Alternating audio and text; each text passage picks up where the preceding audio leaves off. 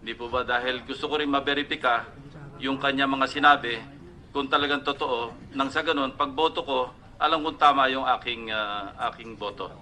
So, having Go said ahead, that, Ginoong Matubato, hindi ito parang kayo gipitin o pressure. Gusto ko lang malaman talaga kung kayo talaga nagsasabi ng totoo. Ano? Hindi ko naman kayo hinuhusgahan. Katunayan, kanina, nasa side ng caution ako, nang agad-agad sinuportahan ko yung motion na kayo isa ilalim ng proteksyon ng Senado, ng aming OSAA, yung Senate Security. Ang unang tanong ko po, sa dinabi namin ng mga sinabi niyo pinatay ninyo, mahigit 1,000 di ba sabi niyo kanina? Ilan po doon ang kilala ninyo na pwede naming ma-verify na talaga namatay kasi baka mamaya sinabi niyo 1,000 o kaya 10 o 100, baka naman buhay yung iba, sira na yung credibility ninyo. So, ilan po doon ang talagang kilala ninyo, yung pinapatay sa inyo at kilala ninyo? Yung kilala ko, sir, yung kilala ko, si Jun Barsabal.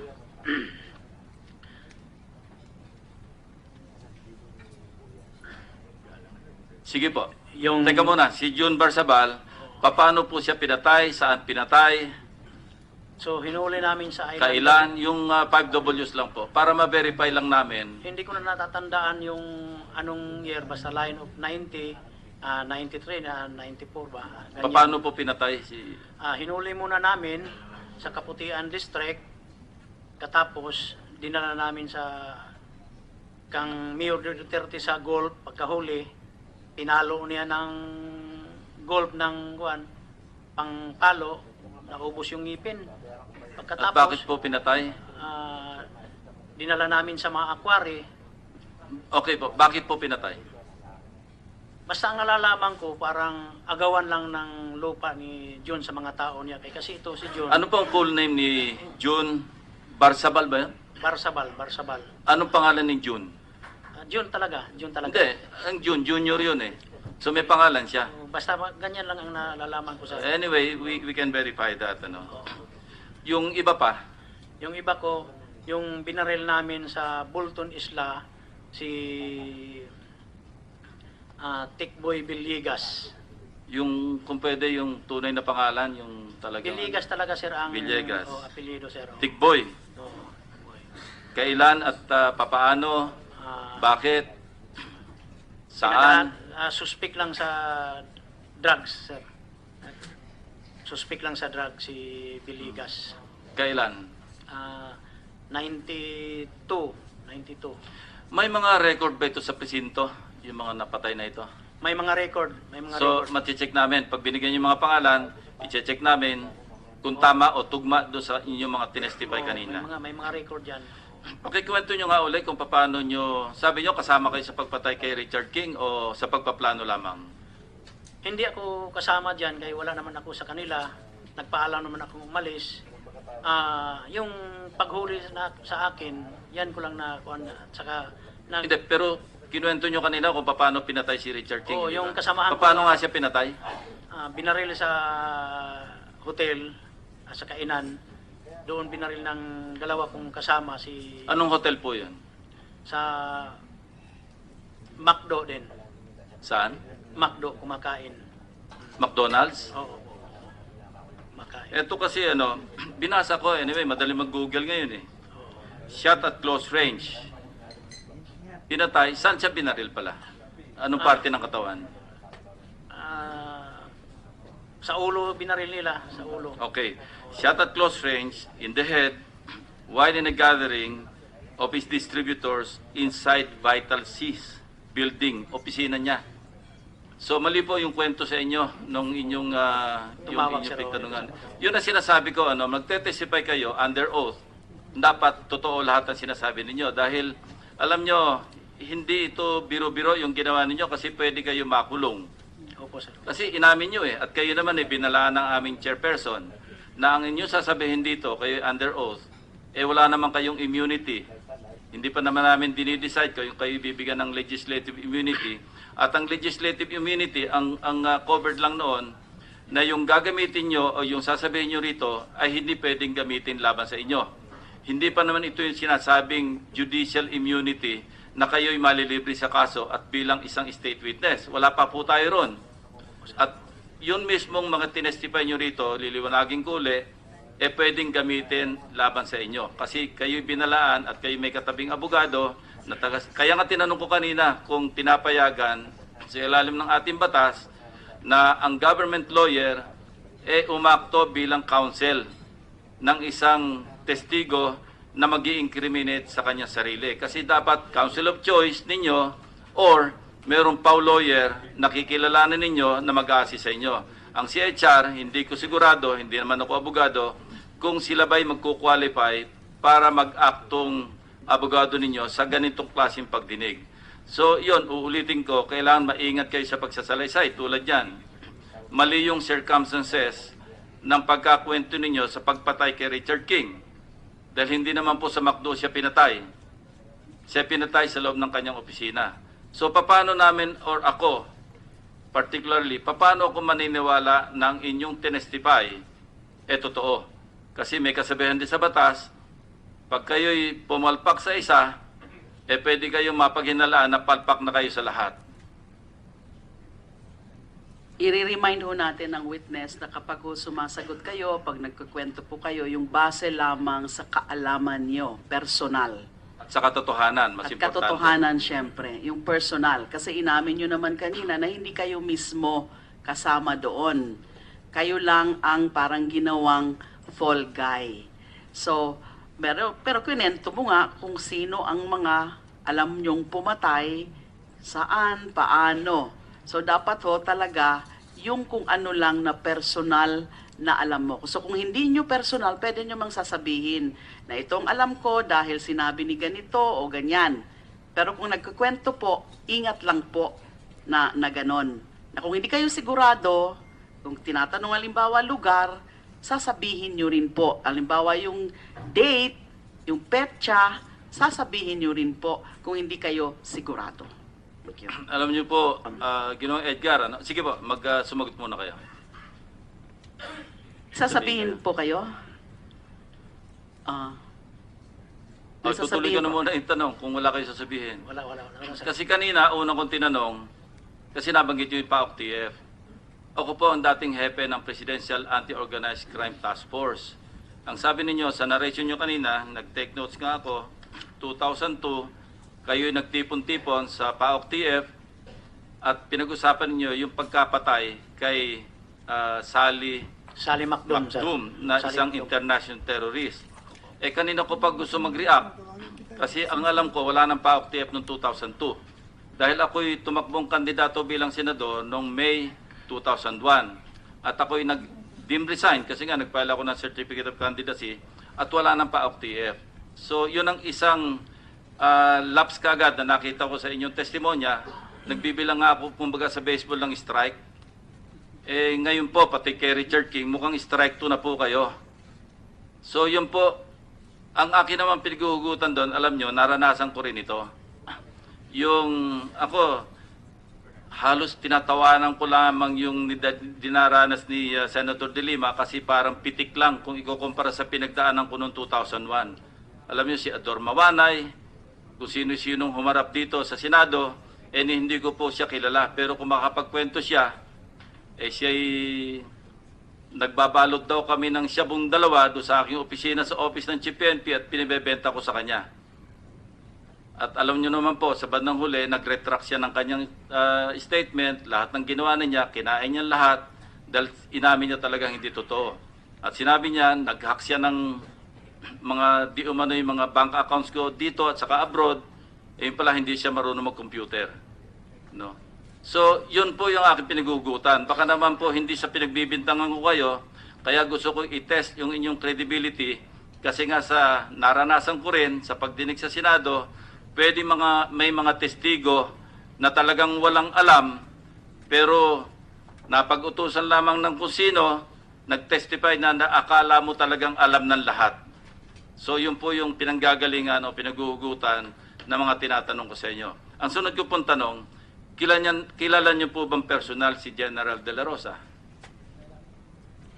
Tatanungin ko naman si General De La Rosa, kilala niyo bang personal itong si Mr. Edgar Matubato?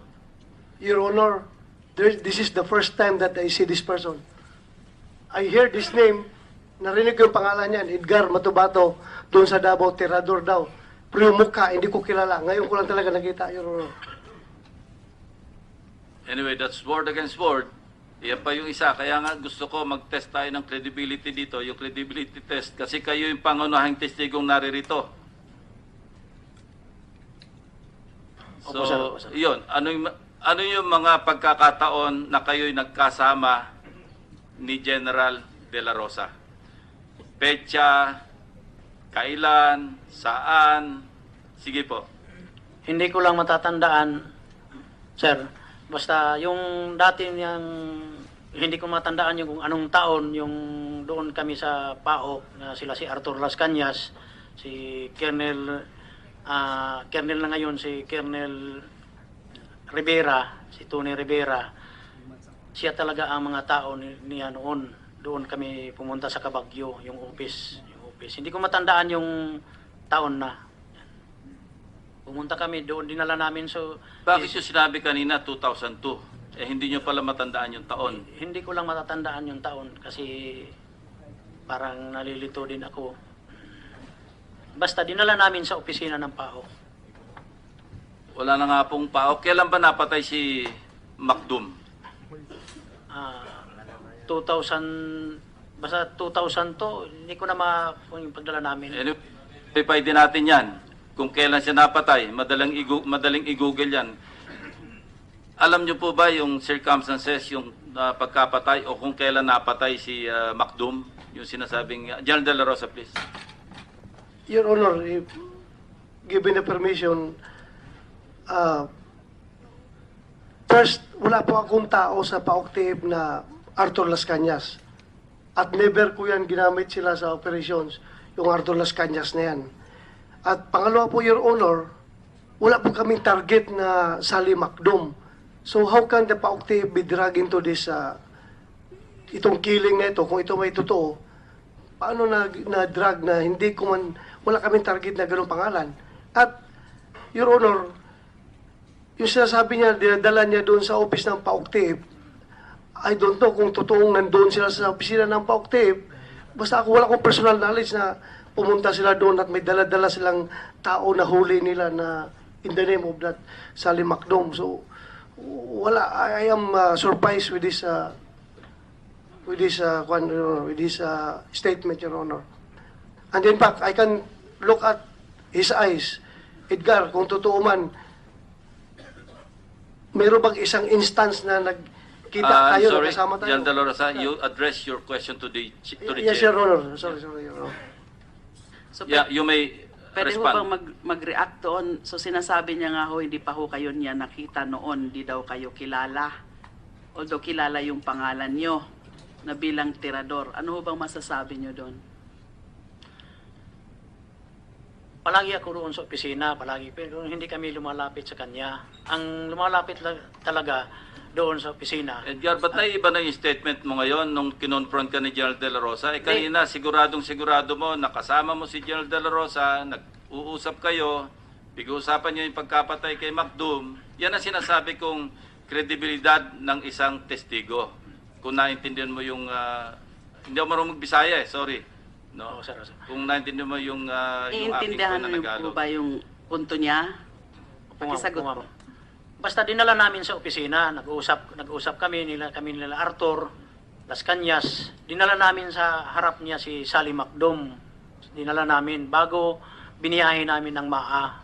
Doon namin pinatay sa MAA. Ang problema nga, hindi niya naging tao si Arthur Parang sa PAOK-TF. Paano yun? attachment lang yun si Arthur Las Cañas, sir.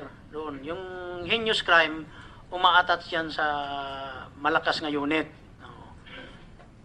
Ay, naku, no further questions, Madam Chair.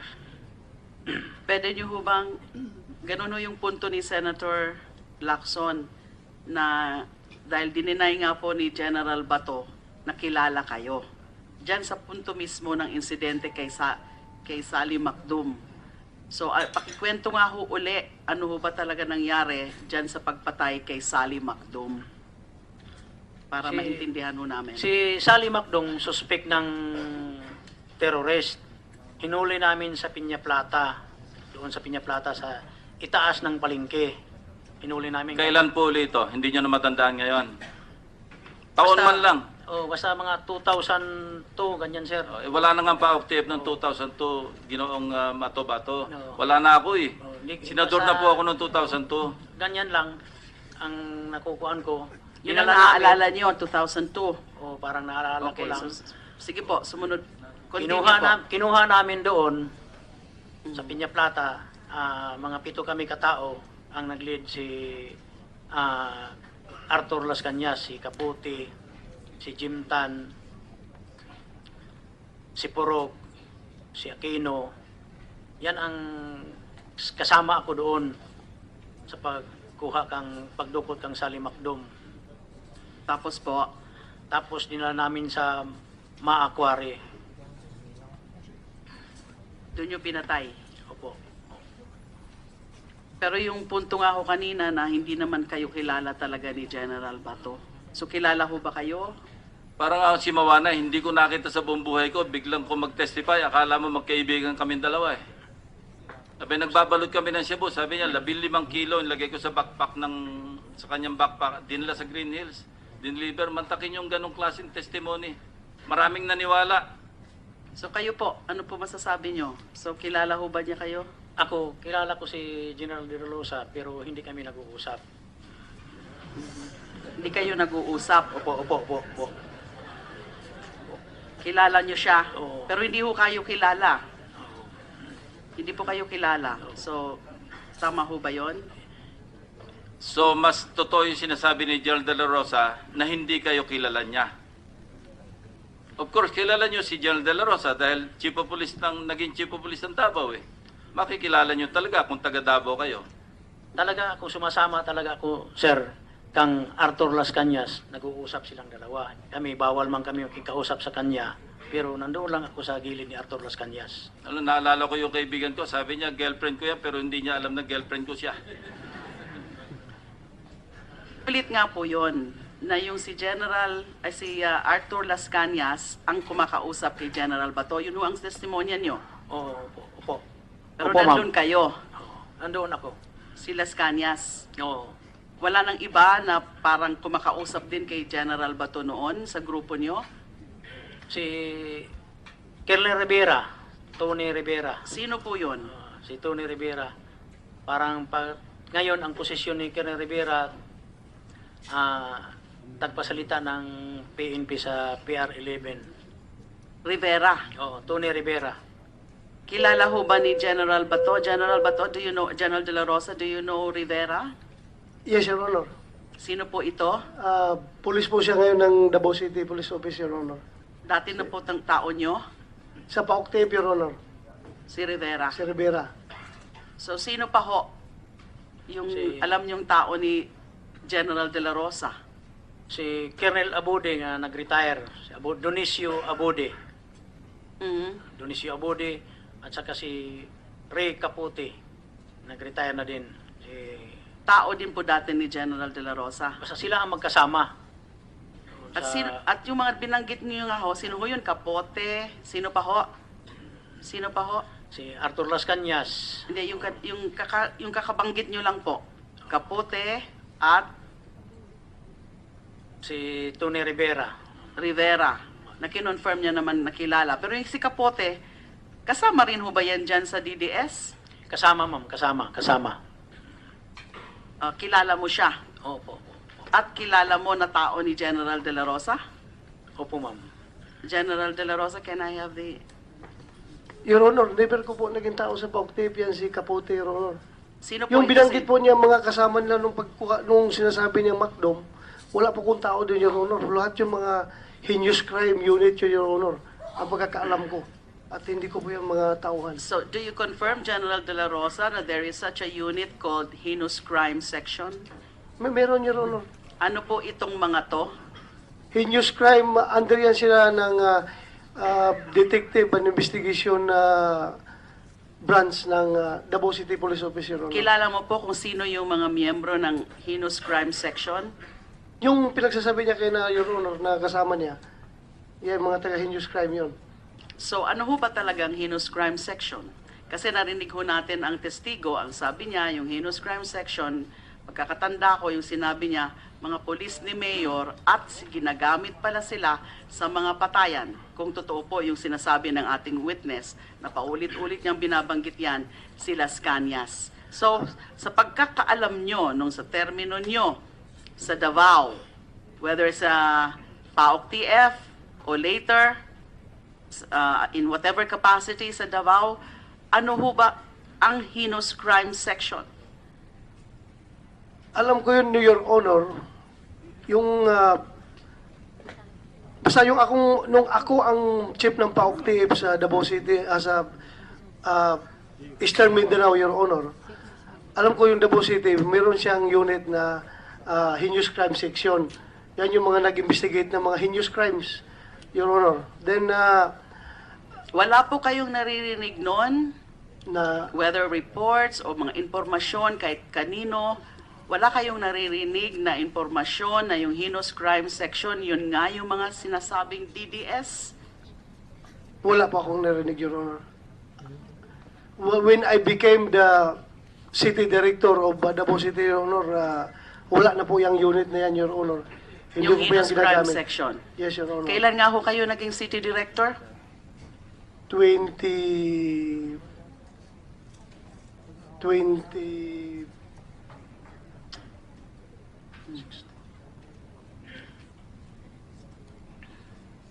I think around 2011 to 13, Your Honor. And yung sa PAOK TF nyo naman po, anong taon kayo?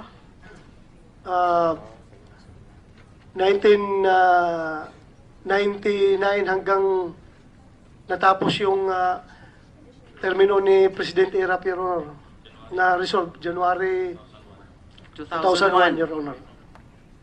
Okay, so yung tinitingnan natin, yung sinasabi ng ating testigo na At sa, mukhang mali yung 2002 kasi wala na nga ho yung PAOK TF. No, tatanungin ko rin po si Mr. Matubato, kasi palagi nyo nga hong binabanggit yung PAOK TF dahil alam nyo hong siya yung dati, si General De La Rosa po, yung dating PAOK TF. Pero sigurado po kayo na iba naman syempre yung heinous crime section. Correct? At wala namang kinalaman doon si General De La Rosa sa heinous crime section, although he just confirmed that he was aware of this particular unit. Di ho ba? Puwam. So kaya lang, palagi nyo nga binabanggit na PAOK TF yung pagpunta nyo. So kaya ang aking payo ko po sa inyo ay linawin nyo ng husto, kahit hindi po ngayon, i-try to recall yung sinasabi nyong taon, 2002. Kasi tama ho si Senator Lacson na yung PAOK TF is hanggang 2001 lang. At kinonfirm nga ni General De La Rosa. So kung pwede po sana, ganun ang medyo anuhin nyo po yun. Try to recall, 2002 ba to? Talaga, or 2001, etc. And then mas maganda, maybe in the next hearing, kung may pagkakataon pa, na ilinaw nyo ng husto yung sinasabi nyo kung bakit sinasabi nyo na nung unang kilala si General De La Rosa. Anong mga circumstances yung sinasabi nyo na nakilala ni General De La Rosa kayo? Pwede ho? Lang ma'am, sumasama ako sa official namin, yung si Arthur Las Cañas. Palagi ako nandoon sa gilid niya. So nag-uusap sila, bawal man kami makausap sa kanya, ma'am. So nakikita mo siya, Oo, kikita ko siya. pero hindi ka nga niya kilala. Oo, hindi siguro niya ako kilala, ma'am, pero ako nakakilala talaga ako sa kanya. Oh.